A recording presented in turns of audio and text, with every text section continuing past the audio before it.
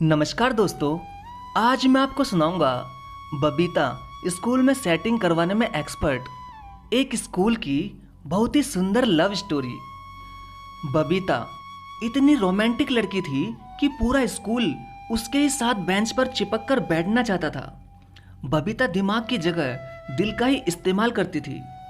उसे लड़कों और लड़कियों में ज़्यादा फर्क नजर नहीं आता था। वो कभी किसी से दुश्मनी भी नहीं करती थी।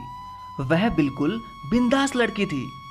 उसे अक्सर किसी न किसी लड़के से गप्पे मारता हुआ देखा जा सकता था और लड़के भी हमेशा उसे किसी न किसी की गर्लफ्रेंड सिद्ध करने में लगे रहते थे। अगर कोई बात पूरी क्लास में फैलानी हो तो उस बात को बस बबीता को एक बार पता लग जाए तो वो वह बात हंसते हंसते मास्टर जी को भी बता देती थी। मास्टर जी भी बबीता के चक्कर में इतना बावला हो रखा था कि मजाक मजाक में वो बबीता को कहीं से भी छू लेता था। बबीता में एक खूबी और थी, वो दो प्यार करने वालों की जल्दी ही सेटिंग करवा देती थी। और तो और भरी क्लास में वो उनको किसिंग या हगिंग भी करवाती थी।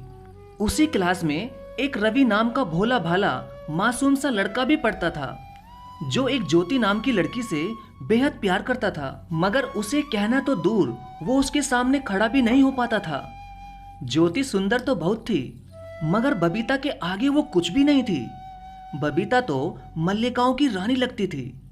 गोरे गालों पर काला तिल, गुलाबी होठ और भूरे बाल। उसके सामने तो क्लास की सभी लड़कियां एक बंदरी से ज्यादा कुछ भी नहीं थी, मगर बस उसका सबके साथ फ्रैंक रहना ही सबको बुरा लगता था। क्लास के सभी लड़कों का मानना था कि बबीता का अफेयर कई लड़कों से है और कभी कभी उसका अफेयर स्कूल के टीचर राकेश वर्मा के साथ भी उड़ता रहता था। मुझे नहीं पता कि इस तरह की बातों को हवा कौन देता था। खैर जो भी हो, बबीता को इन सारी बातों से कोई फर्क नहीं पड़ता था।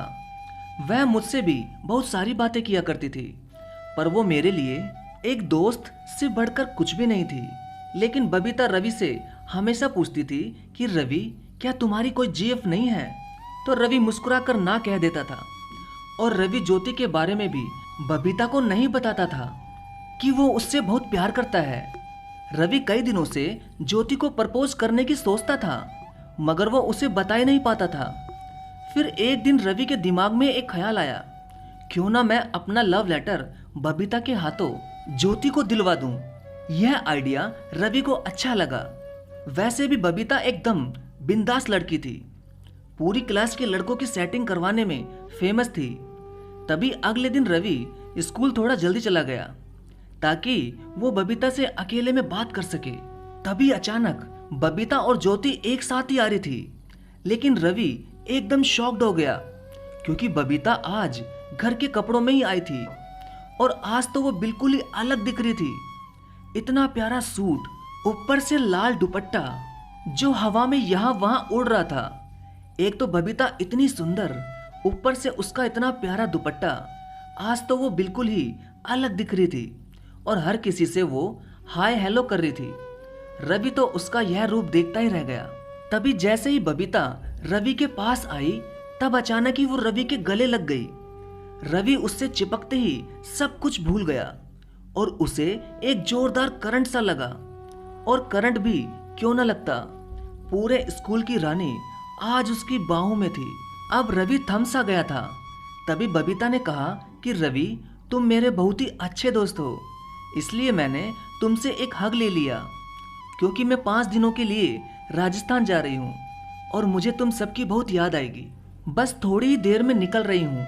लेकिन तभी बबीता ने रवि के हाथों में एक कागज देख लिया और उसने वो कागज उससे ले लिया और हंसती हुई वहां से चली गई।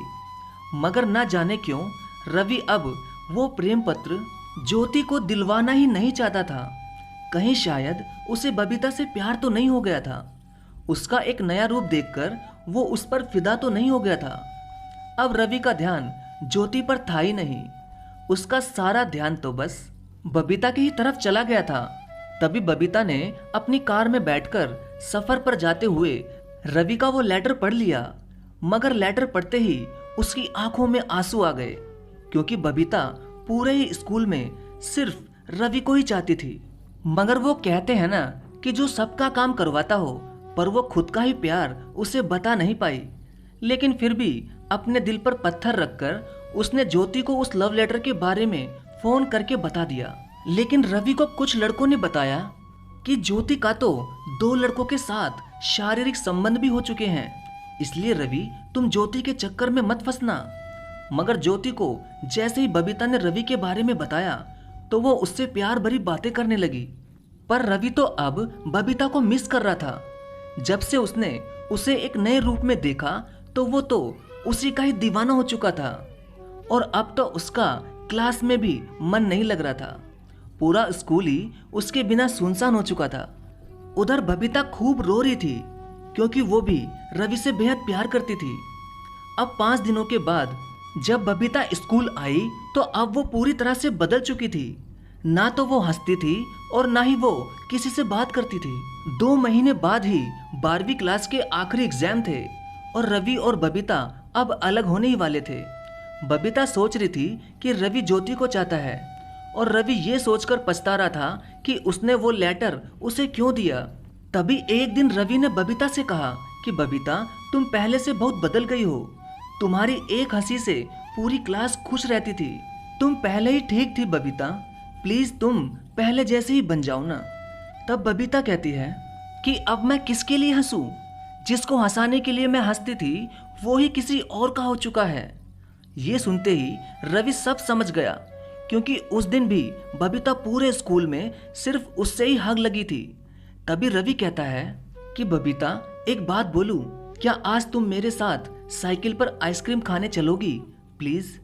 इस बात पर वो उसे हाँ कह देती है। अब बबीता रवि के आगे साइकिल पर बैठ गई।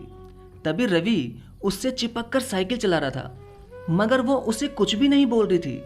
फिर वो एक पार्क के पास साइकिल रोक कर कहता है कि प्लीज बबीता, तुम हंसो यार प्लीज।